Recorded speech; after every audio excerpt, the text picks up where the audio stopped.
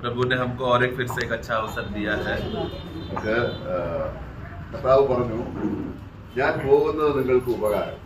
प्रभु ने कहा कि मैं अगर जाऊंगा तो तुमको फायदा होगा।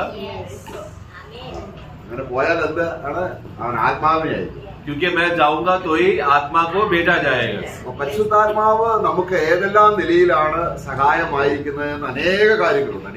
तो इस रीति से एक विश्वासी के जीवन में पवित्र आत्मा एक विश्वासी के लिए किन किन बातों में लाभदायक होता है, फायदा होता है, ऐसे बहुत से बातें वचन में हम देखते हैं। എല്ലാം കർത്താവിനെ ഓർത്താണ് ആത്മാവ് നമ്മൾ ചെയ്യുന്നത്। എല്ലാം കാരണം കർത്താവിന്റെ ആത്മാവാണ്। और ये सब बातें पवित्र आत्मा प्रभु को याद करते हुए हमारे जीवन में कर रहा है, क्योंकि वो प्रभु ने भेजा हुआ आत्मा प्रभु का आत्मा है जो हमारे जीवन में कार्य कर रहा है। അപ്പോൾ വളരെ അത്യാവശ്യമായി നമ്മൾ നിത്യജീവൻ പ്രാപിച്ചു കഴിഞ്ഞാൽ, അല്ലെങ്കിൽ നമ്മൾ നിത്യജീവൻ പ്രാപിക്കുക എന്ന് പറയുന്നത് തന്നെ പരിശുദ്ധാത്മാവിനെ പ്രാപിക്കുക എന്നുള്ളതാണ്। കാരണം ആത്മാവ് നിത്യജീവൻ ഒന്ന് തന്നെയാണ്। तो इसके लिए सबसे पहला बात विश्वासी के जीवन में एक विश्वासी को क्यों कहलाया जाता है, क्योंकि उसको अनंत काल का जीवन मिलता है। परंतु उसी के साथ साथ अनंत काल का जीवन क्यों मिल रहा है उसको, क्योंकि पवित्र आत्मा मिला है इसके लिए। तो पवित्र आत्मा मिलना और अनंत काल का जीवन मिलना दोनों साथ में चलने वाली बातें है। അപ്പോൾ നമ്മുടേതായ ജീവിതത്തിൽ നമ്മൾ ആത്മാവിൽ ചെയ്യുന്ന ഒരു പ്രധാന ശുശ്രൂഷ എല്ലാ വിശ്വാസികൾക്കും ചെയ്യാൻ പറ്റിയ ഒരു ശുശ്രൂഷയാണ്। तो उसके लिए विश्वासी के जीवन में पवित्र आत्मा से भरकर और पवित्र आत्मा के नियंत्रण में करने वाला एक काम है जो हर एक विश्वासी कर सकता है। ऐसा एक कार्य को हम देखते हैं। ശുശ്രൂഷ എന്ന് പറഞ്ഞാൽ നമ്മൾ ചിന്തിക്കും നമ്മള് ഫുൾ ടൈം ദൈവദാസന്മാരെ പോലെ കർത്താവിന്റെ വേലയിൽ എപ്പോഴും ആയിരിക്കുന്ന അതാണ് ശുശ്രൂഷ എന്നാണ് നമ്മൾ സാധാരണ ചിന്തിക്കുന്നത്। അത് ശുശ്രൂഷയാണ്। എന്നാൽ നമുക്ക് എല്ലാവർക്കും ചെയ്യാൻ കഴിയുന്ന ഒരു ശുശ്രൂഷയാണ്। तो पवित्र आत्मा में एक सेवा करना करके जब सेवा करना चाहिए करके जब बोलते हैं समय में हमेशा लोगों का मन में क्या आता है, हाँ पवित्र आत्मा में सेवा मतलब प्रभु का दास बनकर मंडली को संभालना, प्रभु का दास बनना, सेवा करना, वचन बोलना करके है। अधिकतर करके लोगों का मन में ये आधार पर आता है। बल्कि वो तो एक सेवा है ही पवित्र आत्मा में, परंतु उसके अलावा हम सब लोग कर सकने वाला एक सेवा है जो पवित्र आत्मा में रहकर करने वाला अवस्था को है जो हम देखते हैं। നമുക്ക് മത്തായി സുവിശേഷം 6 അധ്യായം 6 വാക്യം, मत्ती का सुसमाचार 6:6 में हम पढ़ते हैं। परंतु जब तू प्रार्थना करे तो अपनी कोठरी में जा और द्वार बंद करके अपने पिता से जो गुप्त में है प्रार्थना कर, तब तेरा पिता जो गुप्त में देखता है तुझे प्रतिफल देगा। ഓക്കെ ആ വചനത്തിൽ അല്പം കൂടെ ചേർക്കാനുണ്ട്। कुछ बातें उसमें जोड़ना है। രഹസ്യത്തിൽ നീ പ്രാർത്ഥിക്കുന്നെങ്കിൽ, यदि अगर तुम रहस्य में प्रार्थना करोगे പരസ്യമായിട്ട് നിനക്ക് പ്രതിഫലം തരും। तो परमेश्वर तुझे सबके सामने खुला प्रतिफल देगा। सबके सामने खुला प्रतिफल देगा, ओपनली। നമ്മൾ സാധാരണ ചിന്തിക്കുന്ന ആ പ്രാർത്ഥന, നമ്മള് ഒരു ഫ്രിഡ്ജിന് വേണ്ടി പ്രാർത്ഥിച്ചു, ഒരു ബൈക്കിന് വേണ്ടി പ്രാർത്ഥിച്ചു, ആ പ്രാർത്ഥനയ്ക്ക് പ്രതിഫലമല്ല, അത് ഉത്തരം തരികയാണ്। तो हम लोग जब प्रार्थना करके सोचते समय में पहला समझना प्रार्थना किस विषय में है करके। हम लोग जब फ्रिज के लिए प्रार्थना करते हैं, कार के लिए प्रार्थना करते हैं, नौकरी के लिए प्रार्थना करते हैं, उस प्रार्थना में जब हमको उत्तर मिल जाता है तो सबसे पहली बात समझना कि वो उस प्रार्थना के लिए प्रतिफल नहीं है, क्योंकि उसके लिए ऑलरेडी भूमि में उसका उत्तर मिल चुका है। പ്രതിഫലം എന്തിനാണ്? प्रतिफल किसके लिए है? അപ്പൊ ആ പ്രതിഫലം എങ്ങനെ തരും? എങ്ങനെ തരും? പരസ്യമായിട്ട് തരും। तो यहाँ पर हम वचन में पढ़ते समय में ये पिता परमेश्वर का एक स्वभाव क्या है कि ये प्रतिफल कैसा देगा? खुला सबके सामने देगा। അപ്പോൾ പ്രാർത്ഥന എങ്ങനെയുള്ളതാണ്? तो इसके लिए प्रार्थना किस रीति से होना चाहिए?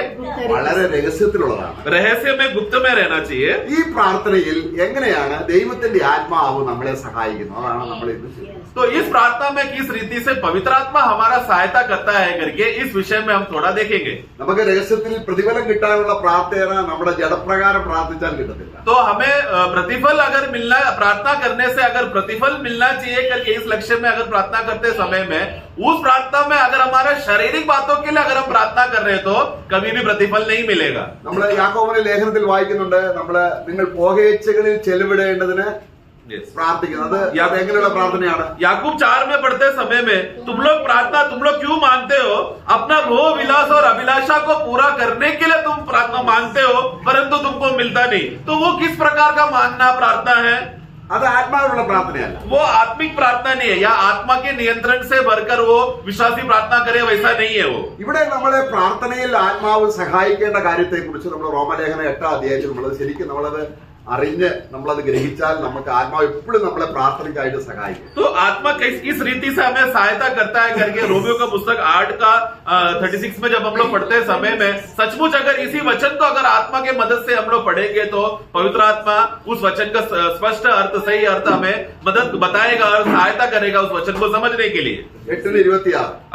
8 का 26 में इसी रीति से आत्मा भी हमारी दुर्बलता में सहायता करता है, क्योंकि हम नहीं जानते कि प्रार्थना किस रीति से करनी चाहिए, परंतु आत्मा आप ही ऐसे आहे भर भर कर जो बयान से बाहर है हमारे लिए विनती करता है. ഓക്കെ നമ്മൾ ഈ വാക്യം ഒന്നുകൂടെ നമുക്ക് നമ്മുടെ ബലഹീനതയിൽ हमारा कमजोरियों के लिए എന്താണ് ബലഹീനത? हमारा कमजोरी क्या है? എന്താണ് ബലഹീനത? നമുക്ക് പ്രാർത്ഥിക്കാൻ അറിയാം എന്നതാണ് ബലഹീനത. कि ये सोचते हैं कि हमें प्रार्थना करने आता है करके यही हमारा सबसे बड़ा कमजोरी है. ദൈവസന്നിധിയിൽ പ്രാർത്ഥിക്കുമ്പോൾ जब परमेश्वर की उपस्थिति में जब हम प्रार्थना करते आते समय में ആത്മാവാണ് എന്താണ് പ്രാർത്ഥിക്കുന്നത് നമ്മളെ അറിയിക്കുന്നത്. सबसे पहला बात वो विश्वासी को क्या प्रार्थना करना चाहिए करके ये कौन बताता है? पवित्र आत्मा. मतलब वो व्यक्ति को खुद नहीं जानता, पवित्र आत्मा है वो व्यक्ति को बताता है कि क्या प्रार्थना करना चाहिए. അങ്ങനെയുള്ള പ്രാർത്ഥന നമുക്ക് അനുഭവമായിട്ടുണ്ടോ? इस प्रकार का प्रार्थना जहां पर पवित्र आत्मा के बताता है कि इस विषय के लिए, इस अवस्था के लिए प्रार्थना करो या क्या प्रार्थना करना चाहिए करके ऐसा अनुभव हुआ है क्या? നമുക്കറിയാം എങ്ങനെയാണ് പ്രാർത്ഥിക്കുന്നത്. हमको मालूम है कैसा प्रार्थना करना चाहिए. ഇത് സ്വർഗീയ പിതാവേ എന്ന് ആരംഭിച്ചു. हम लोग शुरुआत करते हैं स्वर्गीय पिता, അതിന് ചില സെന്റൻസുകളുണ്ട്. അവസാനം യേശുക്രിസ്തുവിന്റെ നാമത്തിൽ. फिर थोड़ा हम लोग वाक्य शब्द जोड़ते हैं, फिर आखिरी में बोलते हैं यीशु मसीह के नाम से या प्रभु यीशु मसीह के नाम से आमीन. അപ്പൊ അത് നമുക്കറിയാം. तो ये रीत हमको मालूम है. പക്ഷെ ഇവിടെ വായിക്കുന്നത് परंतु यहाँ पर जब हमने पढ़ा എങ്ങനെ പ്രാർത്ഥിക്കണമെന്ന് നമ്മൾ അറിയുന്നില്ലല്ലോ. कैसा प्रार्थना करना है करके ये हम नहीं जानते. അപ്പൊ ആദ്യം തന്നെ കർത്താവിനടുക്കൽ പറയണം. तो इसके लिए प्रार्थना में आते समय में सबसे पहला आकर प्रभु को क्या बोलना है? हे प्रभु मैं नहीं जानता मुझे कैसा प्रार्थना करना है. അറിയാവുന്ന പിന്നെ എന്തിനാ കർത്താവിന്റെ ആത്മാവ് സഹായിക്കുന്നു? अगर हम जानते हैं तो फिर पवित्र आत्मा की मदद की क्या जरूरत है? അപ്പൊ നമ്മൾ പ്രാർത്ഥനയിൽ ബലഹീനരാണെന്നും तो इस विषय में, प्रार्थना के विषय में हम लोग कमजोर है करके എന്നെ അതിനെ സഹായിക്കാൻ और मुझे सहायता करने के लिए നിന്റെ ആത്മാവിന്റെ സഹായം ഉണ്ടല്ലോ. एक आत्मा का मदद है करके, അപ്പോൾ ആത്മാവ് സഹായിക്കുമ്പോൾ इस रीति से जब आत्मा हमें मदद करता है നമ്മുടെ പ്രാർത്ഥനയ്ക്ക് ഒരു വിശേഷതയുണ്ട്. हमारा प्रार्थना में खासियत हो जाता है. അത് ദൈവം കേൾക്കും. वो प्रार्थना परमेश्वर सुनता है. അത് നമ്മള് വേണ്ടും പോലെ പ്രാർത്ഥിക്കുക. What to pray. ആ ദൈവം ഉദ്ദേശിക്കുന്ന ദൈവത്തിന്റെ ഹിതപ്രകാരം പ്രാർത്ഥിക്കും. मतलब किस रीति से प्रार्थना करें, मतलब किस इच्छा से, मतलब परमेश्वर का हृदय में क्या आग्रह है कि किस रीति से हमें प्रार्थना करें, उसके लिए सहायता करता है पवित्र आत्मा. ഇനി അടുത്ത വാക്യം നമ്മൾ വായിക്കുമ്പോൾ വളരെയധികം തെറ്റിദ്ധാരണ ഉണ്ടാക്കിയിരിക്കുന്ന ഒരു പദമാണ് നമ്മൾ ഉച്ചരിച്ചു കൂടാത്ത ജരക്കങ്ങളാൽ നമുക്ക് വേണ്ടി പക്ഷവാദം ചെയ്യും. उसका आखिरी भाग में पढ़ते समय में क्योंकि ऐसा कराहट से बातें करता है जो हम लोग बयान नहीं कर सकते. അല്ലെ ഉച്ചരിച്ചു കൂടാത്ത कैसा है? आगे पढ़ना लास्ट भाग. परंतु आत्मा आप ही ऐसी आहे भर भर कर हाँ. जो बयान से बाहर जो बयान से बाहर है कर. इस भागों को हमेशा लोग गलत अर्थ से समझते हैं. ആ ഉച്ചരിച്ചു കൂടാത്ത ഞരക്കം എന്താണ്? तो मतलब बयान करने से बयान भी नहीं कर सकता, उस रीति से कराहट से प्रार्थना करना मतलब क्या? ഉച്ചരിച്ചു കൂടാത്ത ഞരക്കം जो कि बोल नहीं सकता उस रीति से. അപ്പൊ നമ്മൾ സാധാരണ അത് നമ്മൾ മനസ്സിലാക്കുന്നത് नॉर्मली उसको लोग ऐसा अर्थ से बताते हैं. നമ്മൾ ഭയങ്കര ഘട്ടങ്ങളിലും പ്രയാസങ്ങളിലും പോകുമ്പോൾ हम लोग जब बहुत ही कष्ट और तकलीफ और वेदना से जब हम गुजरते रहते समय में നമുക്ക് ഭയങ്കര ഗ്രോണിങ്, तब एक रोने का जैसा आवाज अंदर से आता है. ഭയങ്കര ദുഃഖം, बहुत दुख और शोक से भरते समय में ഭയങ്കര സങ്കടം. बहुत निराशा और दुख से हम लोग रोने आ जाते हैं. അന്നേരം ദൈവാത്മാവ് നമ്മളെ എന്ത് ചെയ്യുന്നു? तब पवित्र आत्मा क्या करेगा? നമുക്ക് വേണ്ടി आहे भरेगा. അതല്ല പ്രിയമുള്ളവരെ. परंतु वैसा नहीं है वो अर्थ. അവിടെ മുകളിൽ നമ്മൾ വായിക്കുന്നുണ്ട് ऊपर हम पढ़ते हैं ആത്മാവെന്ന് ആദിദാനം ലഭിച്ച നാമും. 23 വാക്യം വായിച്ചേ. അവിടെ ഗ്രോണിങ് ഉണ്ടോ? 23 में भी वही सेम आहे भरकर करके शब्द 23 पढ़ना. केवल वही नहीं हाँ। पर हम भी जिनके पास आत्मा का पहला फल है हाँ। आप ही अपने में कराते हैं। देखो वही आहे भरकर जो कह रहा था करके जो शब्द या आहे भर के शब्द ये दोनों 23 में भी है 26 में भी है। वो कह रहा था मतलब आत्मा में हम जो पहले फल हो चुके हैं हाँ। वही आहे भरकर। ഓക്കെ, എന്താണ് ആത്മാവിന്റെ ആദ്യ ഫലം? तो क्या है आत्मा का पहला फल? ആത്മാവെന്ന ആദിദാനം എന്നല്ല, तो आत्मा जो पहला फल है वैसा नहीं, ആത്മാവിന്റെ ഫലമെന്ന, ആത്മാവിന്റെ ഫലത്തിൽ ആദിദാനം ഏതാണ്? बल्कि आत्मा का फल का पहला भाग कौन सा? पहला भाग क्या है? അങ്ങനെയാണുള്ള ആത്മാവിന്റെ ഫലം എന്നാണ്, ആത്മാവിന്റെ ഫ്രൂട്ട്സിൽ ആദ്യ ഫലം എന്താണ്? तो वहां पर लिखा है कि जो first fruits of the Holi spirit मतलब पवित्र आत्मा का फल में से जो पहला है। ആ, हाँ, ആത്മാവിന്റെ ഫലം ഏതൊക്കെയാണ്? आत्मा का फल तो आप लोग जानते हैं ना? प्रेम। हाँ, നമുക്കറിയാം 9 കൂട്ടം കാര്യങ്ങൾ. 9 बातें हम जानते हैं। അപ്പൊ ആത്മാവിന്റെ ഫലത്തിൽ तो आत्मा का फल में से ആദ്യ ഫലമായ जो पहला बात है ദൈവസ്നേഹം നമ്മുടെ ഉള്ളിൽ വന്നു. वो है परमेश्वर का प्रेम, वो हमारे अंदर आ जाता है। ആ ദൈവസ്നേഹം എന്റെ ഉള്ളിൽ വന്നപ്പോൾ, जब परमेश्वर का वो प्रेम जब हमारे अंदर आया, ദൈവത്തിന്റെ സ്നേഹത്തിൽ നമ്മളെ കുറിച്ച് ദൈവം കരുതിയ പുത്രത്വത്തിന്റെ ആത്മാവിൽ നിറച്ച് നമുക്ക് സ്വർഗത്തിലെ പ്രത്യാശ തരുമ്പോൾ നമുക്ക് പറഞ്ഞുകൂടാത്ത വാക്കുകളാലുള്ള സന്തോഷം കൊണ്ട് നിറയുക. तो पवित्र आत्मा जब हमको परमेश्वर का अवर्णनीय प्रेम, अगाधे प्रेम जब हमारे हृदय में बढ़ते समय में, उस प्रेम में किस रीति से हम लोग ले पालक हो गए करके, परमेश्वर के चुने हुए बच्चे बन गए करके, ये बात का बोध जब आत्मा हमारे अंदर प्रकट करता है कि इतना बड़ा पिता का प्रेम इसमें छुपा हुआ है कि हम लोग बच्चे बन जाने के आधार पर उसमें हमारे अंदर अवर्णनीय आनंद हमारे अंदर भर जाता है, जिससे हम लोग शब्दों से बयान नहीं करने होता है, लेकिन आनंद उमड़ने लगता है। समझ रहे हैं ना? നിരങ്ങുവാണോ? तो कहराहट है क्या? आहे भरने का अवस्था है क्या? ആ, है। എങ്ങനെയുള്ള നിരക്കുവാണ്? परंतु किस प्रकार का आहे भरकर का अवस्था है? खुशी से। ആ, मैं। നോക്കുക. നമുക്ക് നമ്മള് ഇസാക്കിനെ കുറിച്ച് നമ്മൾ കാണുമ്പോൾ इसहाक के विषय में हम पढ़ते हैं, നമ്മൾ എലേസാർ പോയി റിബേക്കയെ കാണുകയാണ്. जब एलेazar जाता है रिबेका को मिलने के लिए, അപ്പോൾ എലേസാർ ചെന്ന് റിബേക്കയെ കണ്ടു, കിണറ്റിന്റെ അരികിൽ വെച്ച് കണ്ടു. जो वो उस कुएं के सामने जब रिबेका को मिलते समय में, അപ്പോൾ ദൈവത്തിന്റെ ആത്മാവിൽ മനസ്സിലായി ഇത് തന്നെയാണ് ഇസാക്കിന്, എന്റെ യജമാനന്റെ മകന് വേണ്ടി ദൈവം ഒരുക്കിയിരിക്കുന്ന കന്യക ഇവൾ തന്നെയാണ്. तब एलेazar को आत्मा में एक बात पक्का निर्णय हो गया या स्थापना हो गया कि मेरा मालिक का बेटे के लिए जो चुना हुआ वधु या दुल्हन जो नियुक्त किया गया है वो यही है करके। അപ്പോൾ എലേസാർ എന്ത് ചെയ്തു? तब एलेazar ने क्या किया? വെള്ളി ആഭരണങ്ങളും പൊന്നാഭരണങ്ങളും എടുത്ത് അവളെ കാണിച്ചു. उसके पास जो सोना से भरा हुआ जो भी गहने थे उसने उसके हाथों में देकर उसे सोने से भर दिया। അപ്പോൾ കിണറ്റിന്റെ അരികിൽ നിന്ന് ലാബാന്റെ വീട്ടിലേക്ക്, അപ്പന്റെ വീട്ടിലേക്ക് ഓടി ചെന്നപ്പോൾ ശരീരം മുഴുവൻ എന്താണ്? ആഭരണങ്ങളാണ്. വെള്ളിയാഭരണമുണ്ട്, പൊന്നാഭരണമുണ്ട്. तो अभी जब रेबेका अभी वापस अपने घर, वो तो कुएं में पानी लेने के लिए आई थी, लेकिन अभी वापस घर जाते समय में सोना चांदी के गहनों से वो सजी हुई घर जा रही है। അത് കഴിഞ്ഞാണ് അവിടെ ഏലിയാസാറ് ലാബാനോട് സംസാരിക്കുന്നത്. उसके बाद वहां पर एलेazar जाकर उसके घर में जाकर बात करता है। എന്താണ് സംസാരിക്കുന്നത്? क्या कहता है? ഞാൻ വലിയൊരു ഒരു ധനികനായ ഒരു മനുഷ്യന്റെ ദാസനാണ്. मैं एक बहुत बड़ा धनवान का एक गुलाम हूँ। അദ്ദേഹത്തിന് ആടുമാടുകളുണ്ട്, उनके पास बहुत सारा जो बैल बकरियां है, ദാസിദാസന്മാരുണ്ട്, दासी और दास है, വലിയ ധനികൻ. बहुत बड़ा धनवान है, അദ്ദേഹത്തിന് ഒരു മകനേ ഉള്ളൂ. और परंतु उनके पास एक ही बेटा है। ആ മകൻ ഈ വീട്ടിലെ റിബേക്കയുമായി വിവാഹബന്ധത്തിനാണ് ഞാൻ. तो वो एक ही जो बेटा है उनके विषय के लिए, विवाह के विषय के लिए, इस घर में जो पुत्री है रेबेका के विषय में उसका बात करने के लिए मैं यहाँ पर आया हूँ। അപ്പൊ ലാബാൻ എന്താ പറഞ്ഞത്? लाबान क्या कहा? അത് യഹോവയാൽ സംഭവിച്ചു. तो ये तो यहोवा के द्वारा हुआ है बोलकर धन्यवाद दिया। പക്ഷെ ഒരു വിഷയമുണ്ട്. परंतु एक विषय है, ഞങ്ങളുടെ ആടിനെ തീറ്റിക്കൊണ്ടിരിക്കുകയാണ് ഇപ്പോൾ പെൺകുട്ടി. परंतु अभी ये बेटी क्या कर रही है? हमारा घर के बैल बकरियों को संभालने का जिम्मेदारी है इसका।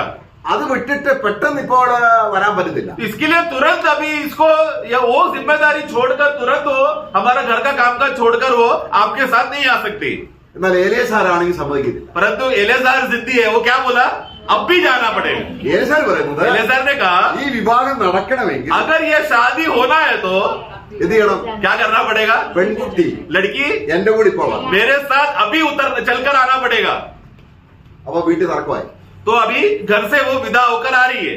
അവസാനം ആരാ പ്രശ്നം പരിഹരിച്ചത്? तो अभी मतलब अभी एक विषय हो गया, क्योंकि पिता चाहता है कि अभी हम नहीं छोड़ेंगे, एलिएजर बोलते हैं कि अभी आना है करके, बहुत बड़ा समस्या हो गया। तो ये समस्या का हल किसने निकाला?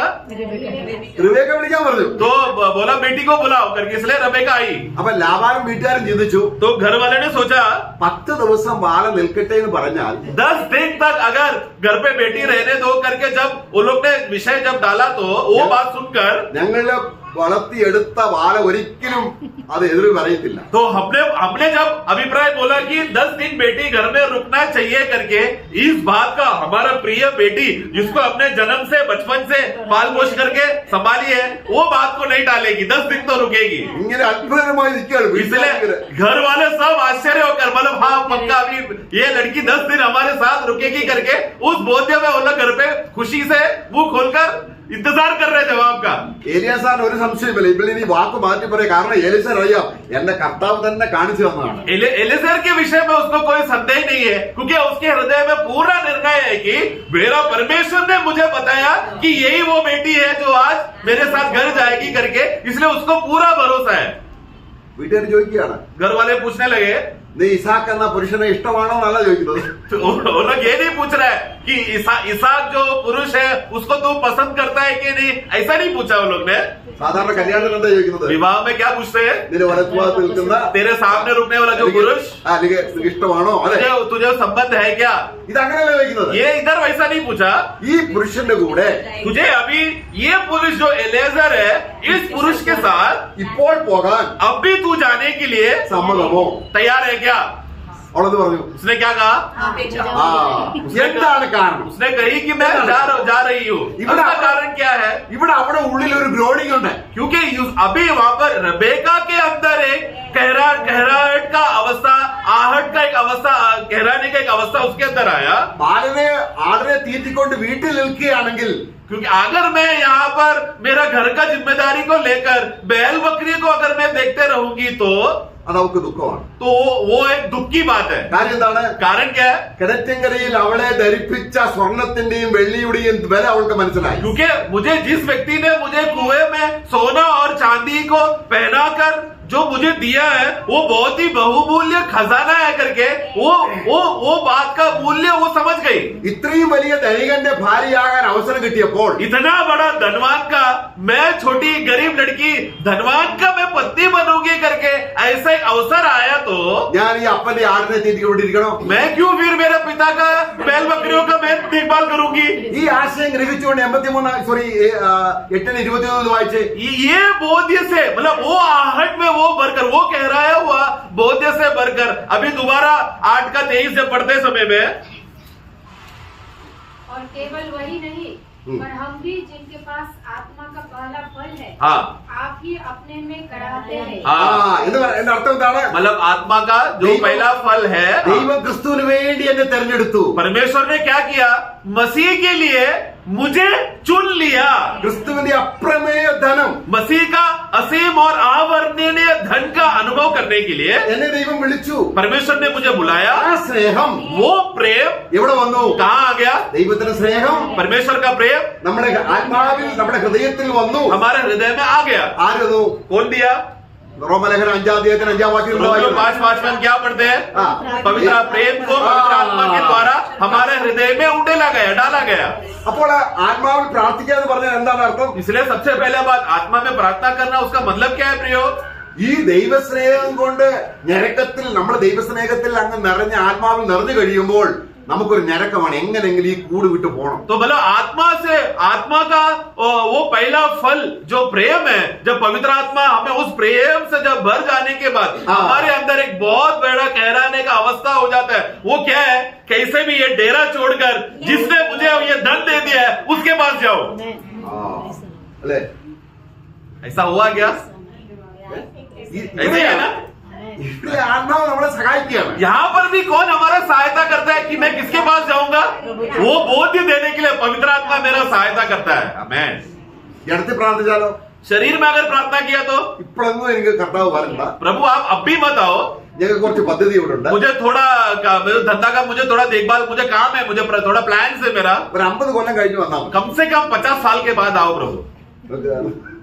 क्योंकि हम शरीर में प्रार्थना कर रहे हैं। അത് പ്രത്യാശയാണോ? तो वो आशा है क्या कि 50 साल के बाद आना बोला तो? അവിടെ എന്താ പറയുന്നത്? अभी हम यहाँ पर क्या पढ़े 23 में? അടുത്ത വാക്യം വായിക്കുകയാണ്. उसका अगला वाक्य में ഈ 24 में, പ്രത്യാശയാണല്ലോ നമ്മൾ ലക്ഷ്യമിട്ടിരിക്കുന്നത്. इस आशा में तो हमारा उद्धार हुआ है। അപ്പോൾ ദൈവത്തിന്റെ സ്നേഹം, इसलिए परमेश्वर का प्रेम, നമ്മൾ ആത്മാവിന്റെ ഫലം നമ്മൾ വായിക്കുമ്പോൾ, जब आत्मा का फल के विषय में जब हम पढ़ते हैं, ആദ്യം തന്നെ ആത്മാവിൽ പ്രാപിക്കുമ്പോൾ 3 കാര്യങ്ങൾ നമ്മൾ ദൈവത്തിന് കൊടുക്കും. तो सबसे पहला आत्मा से जब एक भर जाता है या फिर एक विश्वासी को, पापी को जब आत्मा मिलकर उद्धार जब हो जाता है, तो वो विश्वासी 3 बातें प्रभु को देता है। നമ്മള് കർത്താവിനെ കണ്ടുമുട്ടുന്നതിന് മുൻപ് जब हम लोग प्रभु को मिलने से पहले ദൈവത്തോട് സ്നേഹമില്ലാത്തവരായിരുന്നു. हम लोग परमेश्वर से हमें प्रेम रहित थे। हम लोग, നമുക്ക് ഒട്ടും സന്തോഷമില്ലാത്തവരായിരുന്നു. हमारे जीवन में कुछ भी आनंद नहीं था നമുക്ക് സമാധാനമില്ലാത്തവരായിരുന്നു. और हम लोग शांति नहीं था।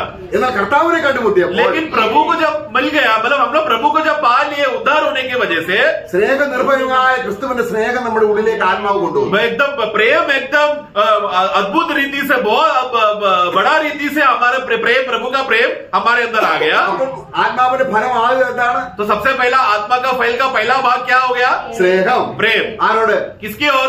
ദൈവത്തോട്. परमेश्वर की ओर। സന്തോഷം. उसके बाद आनंद। ആരോട്? किसकी ओर? ദൈവത്തോട്. परमेश्वर की ओर। സമാധാനം. शांति। ആരോട്? किसकी ओर? प्रभु की ओर। परमेश्वर की ओर। हमें ആത്മാവ് സഹായിച്ചാൽ ഉണ്ടാകുന്ന ये आत्मा अगर हमें मदद किया तो परमेश्वर की ओर ये 3 भाग हमें, वो परमेश्वर की ओर होने वाला अवस्था है, हमारा भावना है जो परमेश्वर की ओर होता है। ആത്മാവിന്റെ ഫലത്തെ 3ആയി തരംതിരിച്ചൊരു ദൈവദാസൻ പറഞ്ഞിട്ടുണ്ട്. एक प्रभु का दास ने आत्मा का फल को 3 भागों में विभाजन किया, उन 9 बातों को। അവിടെ ആദ്യത്തെ 3 കാര്യം ദൈവത്തോടാണ്. पहला 3 बातें परमेश्वर की ओर, ദീർഘക്ഷമ, ദയ, പരോപകാരം. उसके बाद दीर्घ क्षमा, ദീർഘക്ഷമ, ദയ, दया और परोपकार। അതാരോടാണ്? वो किसके നമ്മുടെ സഹജീവികളോട്. वो दूसरा 3 भाग किसके लिए है? हमारे सह भाइयों के साथ है। വിശ്വസ്തത, സൗമ്യത, ഇന്ദ്രിയ നമ്മളിൽ തന്നെ, നമ്മളോട് തന്നെ നമുക്കുണ്ടാകണം, നമ്മളിൽ ഉണ്ടാകുന്ന ഒരു യാഗതയാണ്. विश्वास, योग्यता, नम्रता और संयम, ये हमारे अंदर होने वाली बात है। അപ്പൊ ആത്മാവെന്ന ആദ്യ ഫലം, तो आत्मा का जो पहला फल का जो पहला भाग, അത് നമ്മൾ ദൈവസന്നിധിയിൽ ദൈവവുമായിട്ട് കോണ്ടാക്ട് ചെയ്യുമ്പോൾ, ആത്മാവിൽ പ്രാർത്ഥിക്കുമ്പോൾ ആദ്യം വരുന്നത് ദൈവത്തോട് ഭയങ്കര സ്നേഹം. इसलिए वो विश्वासी जब प्रभु के साथ संसर्ग करता, पहला संगति का जब पहला अनुभव होकर प्रार्थना में जब वो प्रभु की उपस्थिति में आता है, तो सबसे पहला फीलिंग, सबसे पहला भावना जो व्यक्ति को परमेश्वर की ओर होता है, वो है प्रेम। അവരുടെ ഹൃദയം ഉടങ്ങി വരേണ്ടിയിരിക്കേണ്ട ആവശ്യമില്ല. अभी उसका हृदय जो एक समय में सूखा हुआ, मुरझाया हुआ अवस्था था, अभी वैसा नहीं है। ഇപ്പൊ എന്താണ്? अभी क्या हो गया? प्रेम से भर गया। प्रेम से। आमेन। ദൈവത്തിന്റെ സ്നേഹം, परमेश्वर का प्रेम से वो भर गया। അല്ലേ? ആത്മാവിൽ പ്രാർത്ഥിക്കുമ്പോൾ എങ്ങനെയാണ് സംഭവിക്കുന്നത്? इसलिए प्रियो, जब आत्मा में प्रार्थना करते समय में वो कैसा अनुभव है? ആത്മാവ് ഈ രീതിയിൽ അല്ല സഹായിക്കുന്നതെങ്കിൽ, इस रीति से अगर आत्मा आपका मदद नहीं कर रहा है, तो നമ്മുടെ ജാതികൾ പ്രാർത്ഥിക്കുന്നവർ പ്രാർത്ഥിക്കും. फिर हम लोग अन्य जाति के समान प्रार्थना कर रहे हैं। हम लोग എന്താ നമ്മൾ പ്രാർത്ഥിക്കുന്നത്? कैसा प्रार्थना करते हैं लोग? എന്തേലും തായോ തായോ തായോ. हे परमेश्वर, हे ईश्वर, हमें कुछ दो दो दो। എന്നാൽ ആത്മാവിൽ പ്രാർത്ഥിക്കുമ്പോൾ, लेकिन आत्मा में प्रार्थना करने वाला व्यक्ति, തന്നതിന് സ്തോത്രം, आपने मुझे दे दिया, इतना बड़ा उपकार आपने मेरे ऊपर किया, ओ प्रभु धन्यवाद। ഓ നിത്യജീവൻ തന്നു, आपने मुझे अनंत काल का जीवन दिया, പുത്രനെ തന്നു, पुत्र दिया, സ്നേഹം തന്നു, प्रेम दिया, സമാധാനം തന്നു. शांति दिया। ഓ എത്ര ലിസ്റ്റാണ് അങ്ങോട്ട് कितना പറയുന്നത്. बड़ा लिस्ट है ना प्रियो। वचन पढ़ते समय में आत्मा वचन हमको बताता है कि ये सब हमको दिया दिया मिला। Praise the Lord. मैं ഇങ്ങനെ ആത്മാവ് പ്രാർത്ഥിക്കുമ്പോൾ, इस रीति से आत्मा में प्रार्थना करते समय में, മറ്റുള്ളവരോട് ഇടപെടാനുള്ള ദീർഘക്ഷമ, ദയ, പരോപകാരം നമ്മൾ उसी समय में आत्मा में जब हम लोग भरकर प्रभु के साथ उस प्रार्थना में जब हम आनंद अनुभव करते समय में भाइयों के साथ हमें धीरज से रहने के लिए, परोपकार और कैसा सौम्य का स्वभाव जब रहना चाहिए भाइयों के साथ लेन देन बातों में करने के लिए, वो पवित्र आत्मा हमारे अंदर उत्पन्न करके भाइयों के साथ शांति पूर्वक प्रेम में और आनंद से सहयोग के साथ बने रहने के लिए एक अवस्था हमारे अंदर उत्पन्न करता है। അങ്ങനെ ആത്മാവ് നമ്മുടെ ഉള്ളിൽ വരുമ്പോൾ, इस रीति से आत्मा जब हमारे अंदर आता है, നമ്മൾ വിലയ്ക്ക് വാങ്ങപ്പെട്ടവരാണ്. हम लोग मूल दाम लेकर खरीदे हुए लोग हैं। ഗലാത്യ ലേഖനം 4-ാം അധ്യായത്തിന്റെ 4 മുതൽ 7 വരെ വാക്യങ്ങൾ വായിക്കുമ്പോൾ എല്ലാം വായിക്കുമ്പോൾ നമുക്ക് അറിയാവുന്ന കാര്യങ്ങളാണ്. हमें मालूम है ये वाक्य, गलतियों का पुस्तक 4 का 4 से 7 जब पढ़ते समय में वहां पर हम देखते हैं वो बातों को। परंतु जब समय पूरा हुआ, तो परमेश्वर ने अपने पुत्र को भेजा, जो स्त्री से जन्मा और व्यवस्था के अधीन उत्पन्न हुआ, ताकि व्यवस्था के अधीनों को मोल लेकर छुड़ा ले और हमको लेपालक होने का पद मिले और तुम जो पुत्र हो, इसलिए परमेश्वर ने अपने पुत्र की आत्मा को जो है अब्बा है पिता कहकर पुकारता है हमारे हृदयों में भेजा है। इसलिए तू अब दास नहीं परंतु पुत्र है, और जब पुत्र हुआ तो परमेश्वर के द्वारा वारिस भी ഓ എന്തെല്ലാം കാര്യങ്ങളാണ് അല്ലേ? देखो कितने कितने बातें हैं आत्मा मिलने की वजह से हुआ है ना। നമ്മള് ആരാണിപ്പോൾ? अभी हम लोग कौन है? ദൈവത്തിന്റെ മകനാണ്. परमेश्वर के संतान हो गए। ദാസത്വത്തിൽ നമ്മളെ വിലയ്ക്കുവാൻ हमें दासत्व से हमें मूल दाम देकर खरीद कर हमें उस दासत्व से छुड़ाया। ഇപ്പോൾ നമ്മൾ ദൈവത്തെ വിളിക്കുന്ന ദൈവം എന്നല്ല, अभी हम लोग परमेश्वर को परमेश्वर करके नहीं पुकारता, അബ്ബാ പിതാവേ. बल्कि हे अब्बा हे पिता करके बुलाते हैं। ഓ നമുക്കൊരു പിതാവുണ്ടെന്നുള്ളത് എത്ര ഭയങ്കര കാര്യമാണ്. ये हमको एक पिता है करके जानना ही कितना बड़ा अद्भुत बात है। അപ്പൊ പിതാവിനോട് സംസാരിക്കുന്നതാണ്, പുത്രമുഖാന്തരം സംസാരിക്കുന്നതാണ്, ആത്മാവ് സംസാരിക്കുന്നതാണ് പ്രാർത്ഥന. तो पुत्र के द्वारा पवित्र आत्मा के मदद से इस पिता की ओर से बात करना ही को कहते हैं प्रार्थना। പ്രാർത്ഥന എന്താണ്? प्रार्थना क्या है? ദൈവത്തോടുള്ള परमेश्वर की ओर या पिता की ओर हम जो बात करते हैं, സംഭാഷിക്കുന്നതാണ്, हम लोग बात करना, वार्तालाप करना, സ്നേഹത്തിനുള്ള കൂട്ടായ്മയാണ്. प्रेम का जो संगति है पिता के साथ वो है। ഞങ്ങളുടെ കൂട്ടായ്മയോ പിതാവിനോടും हमारा जो संगति है पिता പുത്രനോടുമാകുന്നു. और उसका पुत्र के साथ है। അങ്ങനെ പുത്രനോടും പിതാവിനോടും കൂട്ടായ്മ ഉണ്ടെങ്കിലേ നമുക്ക് സഹോദരങ്ങളുമായിട്ട് കൂട്ടായ്മ വേണ്ടതുപോലെ കാത്തുസൂക്ഷിക്കാൻ കഴിയും. इस रीति से हमें पिता के साथ और पुत्र के साथ का सही रीति का नाता का संगति अगर हो गया है तो ही हमें भूमि में मंडली में भाइयों के साथ सही संगति में सब सहयोग के साथ चलेगा। അപ്പോൾ ഉച്ചരിച്ചുകൂടാത്ത ഞരക്കം എന്താണ്? तो फिर आप बोल भी नहीं सकता या वर्णन भी नहीं करने वाला जो आहट है वो क्या है?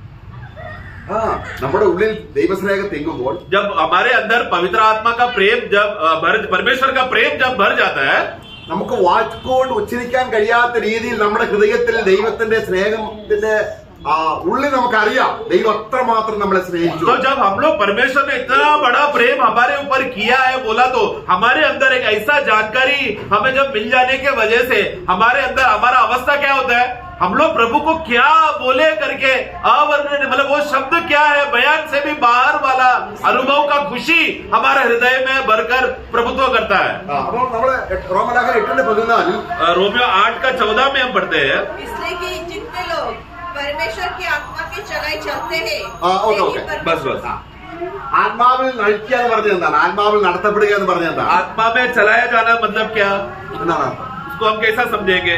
പ്രാർത്ഥനയിൽ ആത്മാവ് സഹായിക്കുന്നില്ലെങ്കിൽ എങ്ങനെയാണ് ജീവിതത്തിൽ ആത്മാവ് സഹായിക്കുക? अगर जब प्रार्थना में ही पवित्र आत्मा हमारा मदद नहीं करता है तो मसीह जीवन का चाल चलन में आत्मा कैसा सहायता करेगा? ദൈവത്തോട് പ്രാർത്ഥിക്കാത്ത വ്യക്തിക്ക് ഒരു ആത്മീയജീവിതം സാധ്യമല്ല. जो व्यक्ति प्रभु के साथ उपस्थिति में प्रार्थना नहीं करता वो आत्मिक जीवन नहीं जी सकता। പ്രാർത്ഥിക്കുക എന്ന് പറഞ്ഞാൽ ആത്മാവിനാൽ സഹായിക്കപ്പെടണം. പ്രാർത്ഥനയ്ക്ക് प्रार्थना में आत्मा मदद करना मतलब क्या? मुझे प्रार्थना करने के लिए आत्मा का मदद चाहिए। പ്രാർത്ഥനയിൽ प्रार्थना में ദൈവാത്മാവ് സഹായിച്ചാൽ, पवित्र आत्मा ने अगर मदद किया तो നമ്മളെ നടത്തിയാൽ और हमें चलाया तो അവൻ ആരാണ്? वो कौन है? परमेश्वर का परमेश्वर का पुत्र है। ഓ നോക്കുക എത്ര ശ്രേഷ്ഠമാണ്. मैं നമ്മുടെ ദൈവ മക്കളാണ്. हम लोग परमेश्वर के संतान हैं, എന്നാൽ മക്കളിൽ നിന്നും കുറച്ചും കൂടെ വ്യത്യസ്തമാണ് ദൈവപുത്രന്മാർ. परंतु वो बच्चे हम लोग संतान है बच्चे है करके बोलते समय में भी उसमें से सबसे उत्तम बात है, बड़ी बात है कि परमेश्वर ने हमें पुत्र बनाया।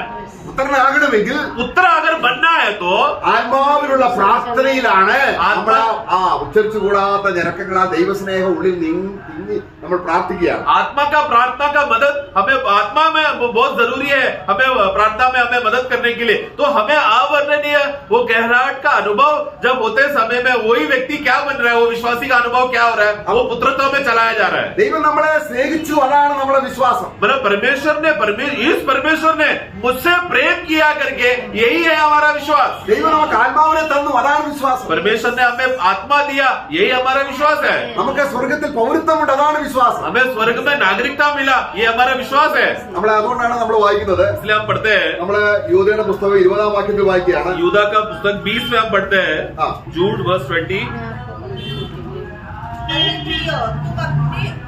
तू अपने अति पवित्र विश्वास में उन्नति करते हुए और पवित्र आत्मा में प्रार्थना करते हुए अपने आप को परमेश्वर के प्रेम में बनाए रखो। നോക്ക് അവിടെ നോക്ക്, എങ്ങനെയാണ് ആത്മീയമായിട്ട് വളരാൻ കഴിയുന്നത്? आत्मिक रीति से कैसे हम बढ़ सकते हैं? प्रार्थना करते हुए അതിവിശുദ്ധ വിശ്വാസത്തെ ആധാരമാക്കി हमारा अति पवित्र विश्वास को आधार रखते हुए നിങ്ങൾ എന്ത് ചെയ്യണം? क्या करना? നിങ്ങൾക്ക് തന്നെ ആത്മീയവർദ്ധന വരുത്തണം. तुम लोग के अंदर ही एक आत्मिक उन्नति होना चाहिए.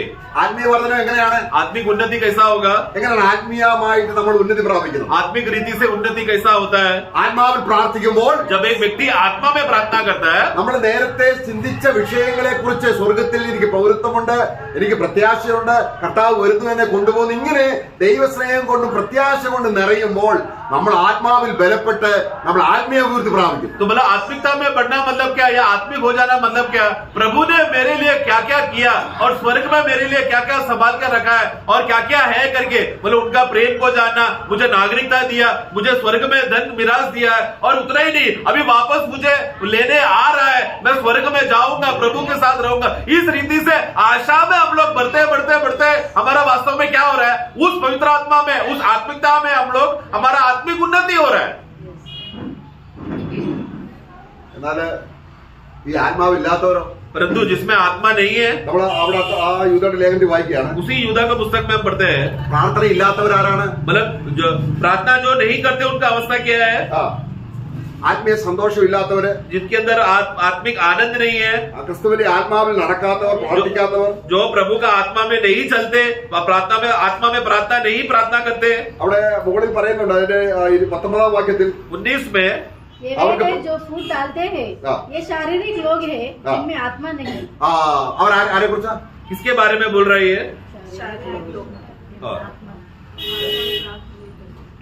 आत्मा में അവർക്ക് ജഡത്തിൽ പ്രാർത്ഥിക്കാൻ കഴിയും, मतलब ये लोग कौन है? शरीर में वो लोग प्रार्थना कर सकते हैं, പക്ഷെ അവർക്ക് ആത്മാവിൽ പ്രാർത്ഥിക്കാൻ കഴിയത്തില്ല. परंतु आत्मा में प्रार्थना करने नहीं हो पाता. അവിടെ മുകളിൽ നമ്മൾ വായിക്കുകയാണ്, ऊपर हम पढ़ते हैं, കർത്താവിന്റെ വരവിനെ കുറിച്ച് യാതൊരു പ്രത്യാശ അവർക്കില്ല. प्रभु के आगमन के विषय में उन लोगों को कोई आशा नहीं है. അവിടെ കർത്താവിന്റെ വരവിനെ കുറിച്ച്, ഇതാ കർത്താവ് തന്റെ വിശുദ്ധന്മാരോട് വരുന്നു എന്ന് നമ്മൾ യൂദയുടെ ലേഖനത്തിൽ വായിക്കാൻ 14 മുതലുള്ള വാക്യങ്ങൾ വായിക്കുമ്പോൾ 14 से जब हम लोग पढ़ते समय में वहां पर हम देखते हैं कि इन्होंने इस विषय में भविष्यवाणी किया कि हमारा प्रभु यीशु मसीह आ रहा है, हजारों हजारों संतों के साथ आ रहा है करके बोलने के बाद നമ്മൾ അടുത്ത വാക്യം വായിക്കുകയാണ്, फिर हम लोग पढ़ते हैं अगला वाक्यों में, തങ്ങളുടെ ഗതികളെ കുറിച്ച് ആവലാതി പറയുക. ये लोग फिर क्या, इन लोग का अवस्था को देखकर ये लोग कुड़कुड़ाने लगे, शिकायत करने लगे. 16 में, അവർ ജഡത്തെ അനുസരിച്ച് ജീവിക്കുക. 16 पढ़ना, ये तो असंतुष्ट, ये लोग असंतुष्ट है, कुड़कुड़ाने वाले और अपनी अभिलाषाओं के अनुसार अपने अभिलाषा, मतलब अपना शारीरिक अभिलाषा में चलने वाले लोग,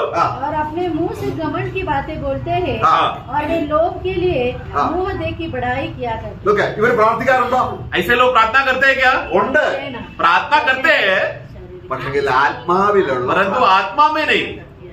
ആത്മാവിലുള്ള പ്രാർത്ഥനയെ കുറിച്ചാണ് പ്രാർത്ഥിക്കുന്നുണ്ട്. देखो प्रार्थना करते हैं परंतु आत्मिक प्रार्थना नहीं करते, या आत्मा में विवश होकर नहीं करते. അവർ പ്രാർത്ഥിക്കുന്നുണ്ട്, ये लोग प्रार्थना करते हैं प्रियो, പക്ഷെ എന്താണ് പ്രാർത്ഥിക്കുന്നത്? परंतु क्या प्रार्थना है उनका? ആത്മാവ് സഹായിക്കുന്നില്ല. उन लोगों को प्रार्थना में आत्मा आकर सहायता नहीं करता कि क्या बोलना चाहिए करके, वैसा मदद नहीं मिल रहा. മന്ദിരത്തിൽ പ്രാർത്ഥിക്കാൻ പോയില്ല, പരീക്ഷനും പാപി പോയില്ലേ? एक बार मंदिर में प्रार्थना करने के लिए 2 लोग गए ना, फरीसी और चुकी लेने वाला. അദ്ദേഹം പ്രാർത്ഥിച്ചില്ലേ? फरीसी ने भी प्रार्थना किया ना. അതെങ്ങനെ പ്രാർത്ഥിച്ചു? वो कैसा प्रार्थना था? പ്രാർത്ഥിക്കാൻ അറിയാം. मतलब वो इस धारणा में प्रार्थना कर रहे हैं कि मुझे मालूम है ना प्रार्थना करने को. എപ്പോഴും അത് തന്നെ പ്രാർത്ഥിക്കുന്നത്, वो हमेशा वही बात ही वो प्रार्थना करता है, ഒരു മാറ്റവും ഇല്ല. कोई बदलावट नहीं है. കർത്താവേ, ഞാൻ ആഴ്ച 2 വട്ടം ഉപവസിക്കുന്നു, हे प्रभु, मैं हफ्ते में 2 बार उपवास करता हूँ, ഇത് കിട്ടുന്നതെല്ലാം ഞാൻ ദശാംശം കൊടുക്കുന്നു. मुझे मिला हुआ संपत्ति से मैं दशवांश देता हूँ. ആ നിൽക്കുന്ന പാവിയെ പോലെ ഞാനല്ല. वो सामने और खड़ा पापी के समान नहीं हूँ. नहीं നോക്കുക, പ്രാർത്ഥിക്കാൻ അറിയാവോ? प्रार्थना करने आता है क्या? नहीं आता है ना, शारीरिक प्रार्थना करने आता है, പക്ഷെ ആത്മാവിൽ പ്രാർത്ഥിക്കാൻ परंतु आत्मा में प्रार्थना करने उसको नहीं मालूम. നമുക്കറിയത്തില്ല. हमें, क्योंकि वचन में लिखा है कि कैसा प्रार्थना करना है हमको नहीं मालूम. അങ്ങനെ സമ്മതിച്ചാൽ ये बात मान लिया तो പരിശുദ്ധാത്മാവ് पवित्र आत्मा നമ്മുടെ ഹൃദയത്തിലേക്ക് हमारे हृदय में സ്നേഹം കൊണ്ട് നിറയ്ക്കും. प्रेम से हमें भर देगा പറയാനുള്ള വാക്കുകൾ നമുക്ക് ആശയം തരും. और हमें क्या बोलना चाहिए करके उसका वो बात का स्वरूप हमारा मन में वो बात आत्मा डालेगा.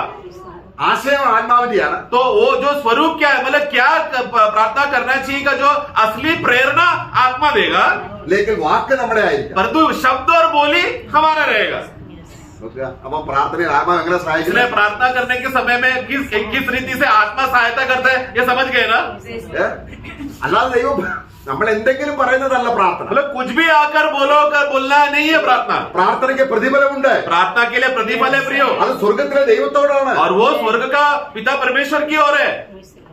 നമ്മൾ പ്രാർത്ഥിക്കുമ്പോൾ हम लोग जब प्रार्थना करते समय में ദൈവത്തിന്റെ വചനം, परमेश्वर का वचन, നമ്മള് പ്രോവർബ്സ് नीति वचन 28-9 വാക്യം, 28 का 9, ആത്മാവ് എങ്ങനെയാണ് വചനത്തിൽ സഹായിക്കുന്നത്, ആ സഹായം ഇല്ല എങ്കിൽ പ്രാർത്ഥനയിലും നമുക്ക് ദൈവം ആ പ്രാർത്ഥന സ്വീകരിക്കത്തില്ല. आत्मा किस रीति से हमें वचन के लिए मदद करता है, वो बात समझते समय में उसी रीति से हमें प्रार्थना के लिए भी हमें सहायता करता है. 28 का 9, जो अपना कान व्यवस्था सुनने से मोड़ लेता है उसकी प्रार्थना घृणित ठहरती है. ആരുടെ പ്രാർത്ഥനയാണ് ദൈവം സ്വീകരിക്കാത്തത്? किसका प्रार्थना परमेश्वर घृणित करता है या सुनता भी नहीं? अपने कान मोड़ लेता है. हाँ, जो वचन के लिए अपना कान मोड़ लेता है, ദൈവവചനം ശ്രദ്ധിക്കാതെ मतलब परमेश्वर का वचन में ध्यान नहीं देता. ദൈവത്തിന് നമ്മളോട് സംസാരിക്കാനുള്ളത് നമുക്ക് കേൾക്കാൻ താല്പര്യമില്ല. यानी कि क्या मतलब प्रभु का वचन के लिए कान नहीं देना, मतलब क्या? प्रभु हमसे कुछ बोलना चाहता है, वो बात सुनने के लिए जब हमें दिलचस्पी नहीं है तो നോക്കണം, ദൈവം എങ്ങനെ എത്ര നല്ലവനാണെന്നറിയാമോ? देखो हमारा प्रभु कितना भला है प्रियो. ദൈവത്തിന്റെ ഭാഷ എന്ന് പറയുന്നത് നമുക്ക് മനസ്സിലാകത്തില്ല. परमेश्वर का भाषा हम लोग हमारे सामर्थ्य से कभी हम समझ नहीं सकते, പക്ഷെ ദൈവം നമ്മുടെ ഭാഷയിൽ, परंतु परमेश्वर क्या कर रहा है? हमारे भाषा में वो बात करने आ रहा है. നമ്മുടെ മറാഠി ഭാഷയിൽ हमारा लोकल मराठी भाषा में ദൈവത്തിന് പറയാനുള്ളത് എഴുതി തന്നിരിക്കുക. परमेश्वर क्या परमेश्वर से बात करना चाहिए करके, या परमेश्वर क्या हमसे बोलना चाहता है करके उन्होंने मराठी भाषा में लिख के दिया. അപ്പൊ വചനം വായിക്കുമ്പോൾ तो जब वचन जब हम पढ़ते हैं, ഒരു അധ്യായം, एक अध्याय, 2 അധ്യായം दूसरा अध्याय, തൃപ്തിപ്പെടരുത്. तब तक तृप्त नहीं होना, ദൈവാത്മാവ് സംസാരിച്ചാൽ നമുക്കറിയാം. बल्कि जब तक पढ़ते रहना, जब तक आत्मा हमें वो वचन का प्रेरणा का शब्द हमें नहीं देता, तब तक पढ़ते रहना है. ചിലപ്പോ ശാസനയായിരിക്കാം, शायद हमको चाहे हमें डांटता रहेगा, നമ്മളെ റിബ്യൂക്ക് ചെയ്യും, हमें कुछ बातों में सुधारने के लिए बोलेगा, പാപബോധം തരും, हमें पाप का बोध देगा, ഇനി മുന്നോട്ട് നീങ്ങാൻ വയ്യ, क्योंकि अभी आगे बढ़ने नहीं हो रहा, എനിക്കൊന്ന് പ്രാർത്ഥിക്കണം. मुझे कैसा भी करके प्रार्थना करना है. Praise the Lord. हमें അപ്പം നോക്കണം, വചനം വായിച്ചെങ്കില് इसलिए जब वचन पढ़ते समय में, നമ്മുടെ പാപങ്ങൾ വെളിപ്പെടുമ്പോൾ, जब हमारे अंदर का अंधकार और पाप प्रकट होगा, അനുസരണക്കേട് വരുമ്പോൾ जब हमारे अंदर अनाज्ञाकारिता का बातें प्रकट होते समय में, ദൈവവചനത്തിലൂടെ സംസാരിക്കും. परमेश्वर तुरंत हमें वचन से बात करेगा. അപ്പോൾ നമ്മുടെ ഹൃദയം എന്തായി തീരും? तब हमारे हृदय में क्या होगा? അതെ, ആ കഠിന ഹൃദയം മാറും. वो सबसे पहला वो कठोर हृदय हट जाएगा, കാരണം ദൈവത്തിന്റെ വചനം क्योंकि परमेश्वर का वचन ചുറ്റിക പോലെ हथौड़े के समान കഠിന ഹൃദയത്തെ हमारा कठोर हृदय को भी തകർക്കും. मार कर तोड़ता है. ഇങ്ങനെ അനുഭവം ഇല്ലാതെ നമ്മള് ദൈവത്തോട് എങ്ങനെ പ്രാർത്ഥിക്കും? ऐसा अनुभव नहीं है तो फिर कैसा बोल सकते हैं कि हम प्रभु के साथ प्रार्थना कर रहे हैं? ദൈവം നമ്മളോട് സംസാരിച്ചാൽ क्योंकि सबसे पहला प्रभु परमेश्वर हमसे बात करने के समय में നമ്മുടെ ഉള്ള പെട്ടെന്ന് മുട്ടുമടക്കി ദൈവത്തോട് പ്രാർത്ഥിക്കും. तो तुरंत हमारा हृदय में जब परमेश्वर का वाणी आया करके सुनते ही हमारा घुटने में हम गिर जाएंगे, हाँ स्वामी बोलो क्या है करके बोलकर हम झुक जाएंगे. അപ്പോൾ ദൈവം സംസാരിക്കണമെങ്കിൽ इसलिए पहला अगर प्रभु को परमेश्वर को अगर हमसे बात करना है तो ഒരു അധ്യായം വായിച്ചു, एक अध्याय सोचो आपने दिन में एक अध्याय पढ़ लिया, നമുക്കൊന്നും പിടുത്തം കിട്ടിയില്ല. हम तो एक अध्याय पढ़ने के बाद भी कुछ समझ में नहीं आ रहा, പിന്നെയും കണ്ടിന്യൂ ചെയ്യുക. तो भी क्या करना? एक अध्याय में रुकना नहीं और आगे बढ़ना. ദൈവം സംസാരിച്ചു കഴിയുമ്പോൾ, क्योंकि परमेश्वर अगर आपसे बात करने के बाद, ഒരു വാക്യത്തെ തൊട്ട് കഴിയുമ്പോൾ क्योंकि एक वचन भी रहेगा तो, और वो एक वचन भी अगर स्पर्श हो गया तो നമ്മുടെ ഹൃദയം അലിയും. तब हमारा हृदय पिघल जाएगा प्रियो. അവിടെ സ്റ്റോപ്പ് ചെയ്യുക. तो जब पिघल गया उधर ही रुक जाना, എന്നിട്ട് എന്ത് ചെയ്യുക? फिर क्या करना? ഇനി ദൈവത്തോട് സംസാരിക്കും. अभी प्रभु की ओर बात करना. Praise Lord. ഇനി അത് ദൈവത്തോട്. ऐसा है सही प्रार्थना. അപ്പൊ ദൈവത്തിന്റെ വചനം വായിക്കാതെ इसके लिए प्रियो बिना प्रभु का वचन पढ़े बगैर പ്രാർത്ഥിച്ചാൽ प्रार्थना करने गया तो ആത്മാവിന് സഹായം കിട്ടത്തില്ല. आत्मा का मदद नहीं मिलेगा. ഇനി വചനം വായിക്കാൻ ആത്മസഹായം വേണോ? और दूसरी अभी उसके पहले वचन पढ़ने के लिए आत्मा का मदद चाहिए क्या? चाहिए. പൗലോസ് പറയാണ്, पौलुस कहता है, തെസ്സലോനിക്ക ലേഖനം 1 അധ്യായം थिस्सलुनीका पुस्तक पहला अध्याय, അതിന് 3 വാക്യം വായിക്കുകയാണ്. उसका तीसरा वाक्य में ऐसा लिखा है, ഞങ്ങളുടെ സുവിശേഷം हमारा सुसमाचार വെറും വാക്കായിട്ടല്ല, केवल शब्द या बोली से नहीं, പിന്നെന്താണ് നമ്മോട് വായിക്കുകയാണ്, बल्कि नीचे पढ़ते समय में हम देखते हैं, ബഹു കഷ്ടതയിലും പ്രയാസത്തിലും അവരായിരുന്നിട്ടും भले ही तुम लोग बहुत कष्ट और वेदना में थे तो भी, അവരെങ്ങനെയാണ്? वो लोग कैसे? उसका 5 और 6 पढ़ना. क्योंकि हमारा सुसमाचार तुम्हारे पास न केवल शब्द मात्र ही में हाँ। वरन सामर्थ्य और पवित्र आत्मा में हाँ। और बड़े निश्चय के साथ पहुंचा है। हाँ। जैसा तुम जानते हो कि हम तुम्हारे लिए तुम्हारे बीच में कैसे बन गए थे। ഓക്കെ तुम बड़े ഓക്കെ अब पॉइंट समझ गए ना, 5 में लिखा है वो എന്താണ് कि केवल वाक्य का शब्दों से नहीं वो नहीं हुआ सुसमाचार, ആ പിന്നെങ്ങനെയാണ് बल्कि कैसा सामर्थ और पवित्र आत्मा बड़े निश्चय और बड़े निश्चय के साथ पहुंचा। വചനം എങ്ങനെയാണ് वचन कैसा आता है प्रियो? वचन का रीति किस रीति से है समझना प्रियो? വചനം സന്തോഷത്തോടെ വായിക്കണം इसलिए वचन को जब हम लोग पढ़ते समय में बहुत आनंद के साथ हमें पढ़ना है। ആര് സഹായിക്കും उसका 6 का आखिरी भाग पढ़ना। और तुम लोगों ने पवित्र तुम बड़े आत्मा के हाँ हाँ पवित्र आत्मा के आनंद के साथ तुम लोग ने पवित्र आत्मा के आनंद के साथ वचन को मानकर वचन को मान लिया। देखो तो वचन को कैसा हमें स्वीकार रहे हैं? बहुत आनंद से, पवित्र आत्मा के आनंद से हम स्वीकार रहे हैं। നമ്മള് നല്ല ബിരിയാണി കഴിക്കുകയാണ് सोचो कि हम लोग अच्छा बिरयानी खाने जा रहे हैं। നമ്മൾ എങ്ങനെ കഴിക്കും ദുഃഖത്തോടെയൊക്കെയാണ് നിരാശയോട്ടാണോ कोई भी दुखी होकर बिरयानी खाएगा क्या? അല്ലേ കാണുമ്പോൾ തന്നെ നമ്മുടെ വായു വെള്ളം നിറയില്ലേ बिरयानी को देख लिया तो ही मुंह में पानी आ जाता है। ആഹാരം കഴിക്കാൻ ഒരു സന്തോഷമുണ്ട് मतलब अब जब हमको सामान्य रीति से खाना खाने के लिए एक आनंद रहता है प्रियो, അതിനേക്കാൾ സന്തോഷമാണ് വചനം വായിക്കാൻ ആത്മാവ് हमें उससे भी ज्यादा आनंद होना चाहिए वचन पढ़ने के लिए। കാര്യം എന്താണ് कारण क्या है? ആത്മാവിൽ വായിക്കാനും ആത്മാവിൽ പ്രാർത്ഥിക്കാനും അറിയാവുന്നവർക്കാണ് मैं വചനം അത്ര സന്തോഷം തരുന്നത് कि पता है प्रियो किन लोगों को वचन पढ़ने के लिए बिरयानी से भी ज्यादा आनंद मिलेगा? जिसको आत्मा के नियंत्रण में, आत्मा का बातों को सुनने के लिए, आत्मा में प्रार्थना करने के लिए, आत्मा में वचन पढ़ने के लिए जिसको वो लत लग गया है, वो खुशी मिल गया, उन्हीं लोगों को ही वो वचन पढ़ने के लिए हमेशा आनंद रहेगा। ആദിമ നൂറ്റാണ്ടിലെ സഭ കൂടി വന്നപ്പോൾ जब पहला सप्ताह में फर्स्ट सेंचुरी के प्रिय लोग जब इकट्ठे होते समय में അവർ ഹൃദയ പരിമാർത്ഥതയോടെ ആത്മാവിന്റെ സന്തോഷത്തോടെ ആഹാരം കഴിച്ചതാണ് वो लोग उधर हम पढ़ते हैं कि हृदय का आनंद से एक होकर वो लोग भोजन किया करके हम पढ़ते हैं। അപ്പൊ വചനം വായിക്കുമ്പോൾ മാത്രമല്ല അതിന്റെ രണ്ടിന്റെ प्रेरितों का कार्य दूसरा अध्याय, അവരെ പരിശുദ്ധാത്മാവിന്റെ സന്തോഷത്തോടെ पवित्र आत्मा के आनंद से അവരെ ആഹാരം കഴിച്ചു 46 वे प्रतिदिन एक मन होकर मंदिर में इकट्ठे होते थे और घर घर रोटी तोड़ते हुए आनंद और मन की सिधाई से भोजन किया करते। നോക്ക അവ ആഹാരം കഴിക്കുന്നതിന് സന്തോഷമല്ല तो मतलब ये कौन सा आनंद है? मतलब खाना आ गया इसलिए खुशी मनाया, ऐसा है क्या? ആത്മാവിന്റെ സന്തോഷത്തോടെ ആഹാരം കഴിച്ചു मतलब ये कौन सा आनंद है प्रियो? आत्मा का आनंद जब वो लोग में थे, उसी आनंद में रहते साथ साथ वो लोग ने क्या किया? खाना भी खाया। मतलब खाना आनंद मिलने के लिए खाना खाया, वैसा नहीं, आनंद भी था। आनंद में रहते समय में वो लोग ने शारीरिक भोजन भी खाया। നമ്മൾ ജഡികനാണെങ്കിൽ परंतु हम अगर शारीरिक लोग हैं तो ആഹാരം കഴിക്കുന്നതിൽ മാത്രമേ ഒരു സന്തോഷം सिर्फ खाना आज मिल रहा है बोला तो ही आनंद में आएंगे मीटिंग के लिए। അത് സാധാ ഉണക്ക റൊട്ടിയോ വാജിയോ ആണെങ്കിൽ സന്തോഷമില്ല वो भी अगर सूखा रोटी है तो मजा नहीं, എന്നാൽ ആത്മാവുണ്ടെങ്കിൽ परंतु जिसमें आत्मा है तो प्रियो, ഉണക്ക റൊട്ടി ആണെങ്കിൽ सूखा रोटी भी मिल गया तो അവന്റെ ഉള്ളിൽ ആനന്ദം उसके अंदर आत्मा का आनंद है प्रियो। അപ്പൊ പരിശുദ്ധാത്മാവിനെ നമുക്ക് ലഭിച്ചതിനുള്ള ആ ഗുണങ്ങൾ എന്തൊക്കെയാണ് इसलिए प्रियो पवित्र आत्मा हमें मिल गया है करके वो विश्वासी के अंदर कितने कितने गुण प्रकट होते हैं ना प्रियो, ആത്മാവിലാണ് നമ്മൾ क्योंकि हम लोग आत्मा में है। നമ്മള് സാധു സുന്ദര സിംഗ് പറയുന്നത് साधु सुंदर सिंह भाई ऐसा कहता है, ഞാൻ എങ്ങനെയാണ് വായു ശ്വസിക്കുന്നത് जैसा मैं हवा को मैं श्वास लेता हूँ, അതുപോലാണ് എനിക്ക് പ്രാർത്ഥന वैसा मेरे लिए प्रार्थना है। ശ്വാസമാണ് मतलब मेरे लिए एक श्वास है प्रार्थना, ആത്മാവിനുള്ള ശ്വാസമാണ് वो आत्मा का श्वास है प्रार्थना। അവർ പ്രാർത്ഥിക്കാതിരിക്കാൻ പറ്റില്ല मतलब बिना प्रार्थना करे वो रह नहीं सकता। എത്ര ഭയങ്കര അനുഗ്രഹിക്കപ്പെട്ട ഒരു ജീവിതമാണ് ആത്മാവ് സഹായിക്കുന്നത് इसलिए प्रियो वो विश्वासी के लिए कितना आनंदित और धन्य बात है अगर उसको प्रार्थना में आत्मा सहायता कर रहा है तो। അപ്പോൾ ദൈവഹിത പ്രകാരം इसलिए परमेश्वर की इच्छा के अनुसार, പരിശുദ്ധാത്മാവ് സഹായിക്കുമ്പോൾ ദൈവഹിത പ്രകാരം यानी कि जिसको पवित्र आत्मा ने अगर सहायता किया मतलब वो परमेश्वर की इच्छा के अनुसार है। रोमियो का पुस्तक, നമ്മൾ ഇഷ്ടം പോലെ അല്ല मतलब हमारा मन मर्जी या हमारा स्वयं की इच्छा के अनुसार नहीं। ആത്മാവ് വിശുദ്ധന്മാർക്ക് അതിന്റെ 27ാം വാക്യം 8 का 27 और 27 मनों का जांचने वाला जानता है कि आत्मा की मनसा क्या है, क्योंकि वह पवित्र लोगों के लिए परमेश्वर की इच्छा के अनुसार विनती करता है। हाँ, परमेश्वर की इच्छा के अनुसार എന്ന് പറഞ്ഞാൽ मतलब നമുക്ക് പകരം പരിശുദ്ധാത്മാവ് പ്രാർത്ഥിക്കുന്നു എന്നല്ല.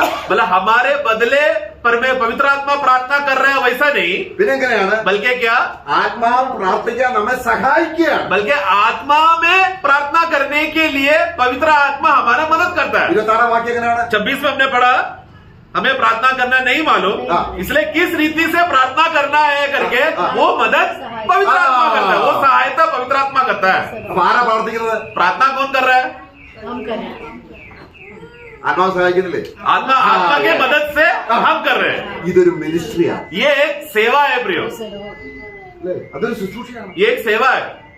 അങ്ങനെ ആത്മാവ് സഹായിക്കുമ്പോൾ इस रीति से पवित्र आत्मा जब सहायता करता है, നമ്മൾ ചിലപ്പോൾ അങ്ങ് സമയം പോകും. शायद समय जाएगा उसमें, സഭയിലുള്ളവർക്ക് വേണ്ടി പ്രാർത്ഥിക്കും, क्योंकि हम लोग मंडली के लिए, भाइयों के लिए प्रार्थना करते रहेंगे, ശത്രുക്കൾക്ക് വേണ്ടി പ്രാർത്ഥിക്കും, शत्रुओं के लिए हम प्रार्थना करते रहेंगे, ദേശം മുഴുവനും പ്രാർത്ഥിക്കും. देश के लिए और हमारे पड़ोसियों के लिए, सरकार के लिए प्रार्थना करते रहेंगे, കാരണം ആത്മാവ് ഒഴുകുകയാണ്. क्योंकि आत्मा बहते जा रहा है, विषय देते जा रहा है, हमें क्या करना है, प्रार्थना करना है, शब्द देते जा रहा है। ദൈവത്തിന്റെ ആവശ്യം പ്രാർത്ഥിക്കുകയാണ്. और यहाँ पर परमेश्वर का इच्छा क्या है, परमेश्वर क्या आप चाहते हो करके वो बात पवित्र आत्मा हमें बता रहा है। നിന്റെ നാമം മഹത്വം എടുക്കണം, हे पिता तेरा नाम का महिमा हो, നിന്റെ രാജ്യം വരണം, तेरा राज्य आए, നിന്റെ ഇഷ്ടം സ്വർഗത്തിലെ പോലെ ആകണം. तेरा इच्छा जो स्वर्ग में है वही भूमि में हो। ആ ആശയങ്ങളൊക്കെ ഉൾക്കൊണ്ടുകൊണ്ടാണ് ദൈവത്തിന്റെ ആത്മാവ് നമ്മളെ സഹായിക്കുന്നത്. इस रीति की बातें और विषय है रहेगा, पवित्र आत्मा हमें अंदर बोध देगा, जो हम लोग शब्द से बोलकर हम लोग धन्यवाद देते हैं। അപ്പൊ പ്രാർത്ഥിക്കാൻ ആത്മസഹായമുണ്ട്. इसके लिए प्रार्थना में आत्मा का सहायता है। പിന്നെ നമുക്ക് എന്തുണ്ട്? और क्या है? വചനം വായിക്കാൻ, वचन पढ़ने के लिए भी पवित्र आत्मा का सहायता है।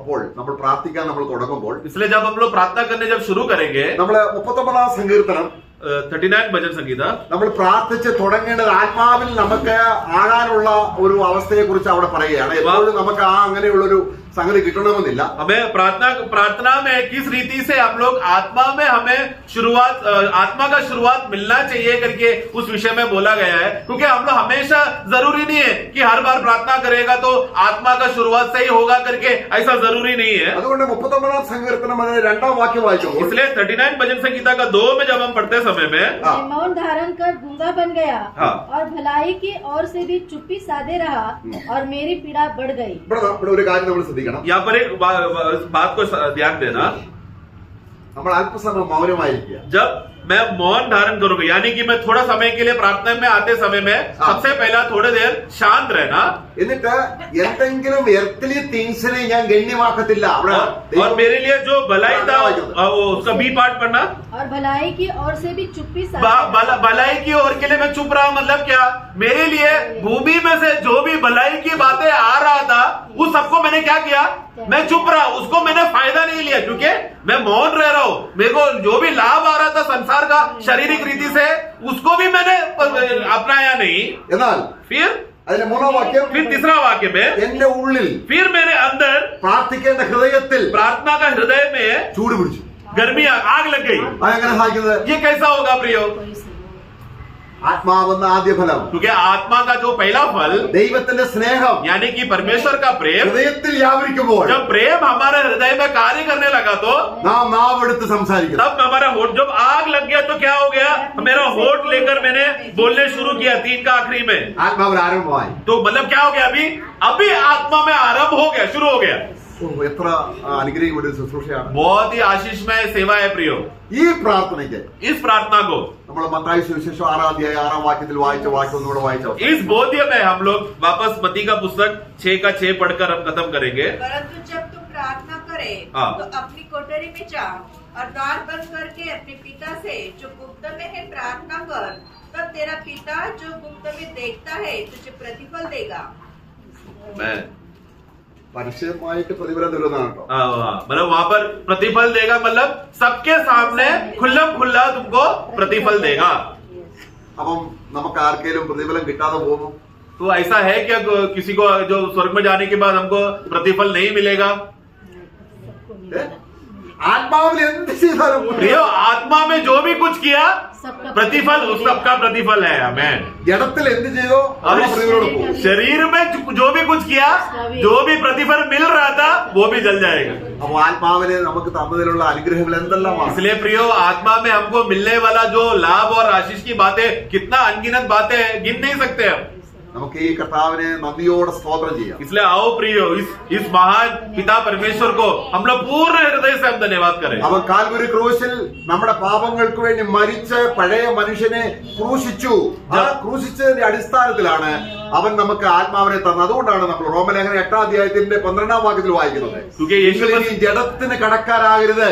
क्योंकि यीशु मसीह ने जब क्रूस पर वो मरते समय में हमारा पुराना मनुष्य को वो लेकर, जिसकी वजह से हमारे अंदर जो पाप को प्रेरणा देने का जो सामर्थ था, वो पुराना मनुष्य को लेकर प्रभु यीशु मसीह क्रूस पर मर गया। जिसके वजह से रोमियो 8 में हम पढ़ते हैं कि क्योंकि वो पुराना मनुष्य के लिए वो मर गया है, जिसके वजह से अभी हम लोग पाप के लिए कर्जदार नहीं है, എന്നല്ലേ നിങ്ങൾ ആത്മാവിനാൽ, बल्कि अभी आत्मा में ശരീരത്തിന്റെ പ്രവൃത്തി, ജഡത്തിന്റെ പ്രവൃത്തികളെ हमारा जो शारीरिक कार्यों को मारकर നാം ആത്മാവ് സഹായിക്കുകയാണ് നമ്മളെ. तो उसके लिए क्या कर रहा है? पवित्र आत्मा हमें सहायता कर रहा है। ആ ജഡമനുഷ്യനെ, वो शारीरिक प्रकृति को, ദൈവത്തിന് ഇഷ്ടമില്ലാത്ത കാര്യങ്ങൾ പ്രാർത്ഥിക്കുന്ന പഴയ മനുഷ്യനെ, मतलब हमारे अंदर जो पुराना मनुष्य का स्वभाव था ना, जो शारीरिक रीति से प्रार्थना करता है, वो प्रार्थना करेगा तो परमेश्वर को घृणा होता है, परमेश्वर को पसंद नहीं। वो स्वभाव को, वो मनुष्य को क्रूस में खत्म करके നമ്മൾ എന്ത് ചെയ്യാണ്? फिर हमें क्या कर रहा है? ആത്മാവ് പ്രാർത്ഥിക്കാൻ നടത്തുകയാണ്. आत्मा में प्रार्थना करने के लिए हमें चला रहा है।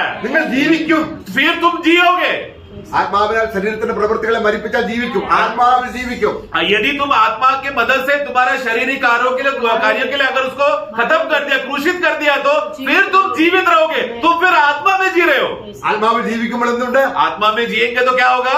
പ്രാർത്ഥനയാണ്. प्रार्थना है। എപ്പോഴും പ്രാർത്ഥിക്കും. हमेशा हर पल में प्रार्थना रहेगा। നമ്മൾ എഫേസ്യ ലേഖനത്തിൽ അത് വായിക്കുന്നുണ്ട്. एफेसियों में हम पढ़ते हैं प्रियो। നമ്മളെ പ്രിയമുള്ളവരെ, നമുക്ക് കർത്താവ് ഈ ആത്മാവിനെ തന്നതിനായി സ്തോത്രം. इसलिए प्रियो, हम लोग उस महान प्रभु को हम लोग धन्यवाद देते रहे जिन्होंने हमें आत्मा दिया। പ്രതിഫലം കിട്ടുന്ന പ്രാർത്ഥന, मतलब ऐसा प्रार्थना हमें करना है जिसमें हमको प्रतिफल मिलेगा। ആത്മാവിൽ നടത്തുന്ന പ്രാർത്ഥന, ऐसा प्रार्थना रहना चाहिए जो हमें आत्मा में चलाया जा रहा है। മധ്യസ്ഥ ചെയ്യുന്ന പ്രാർത്ഥന. हमारा ऐसा प्रार्थना हो जो मध्यस्थी करता हो।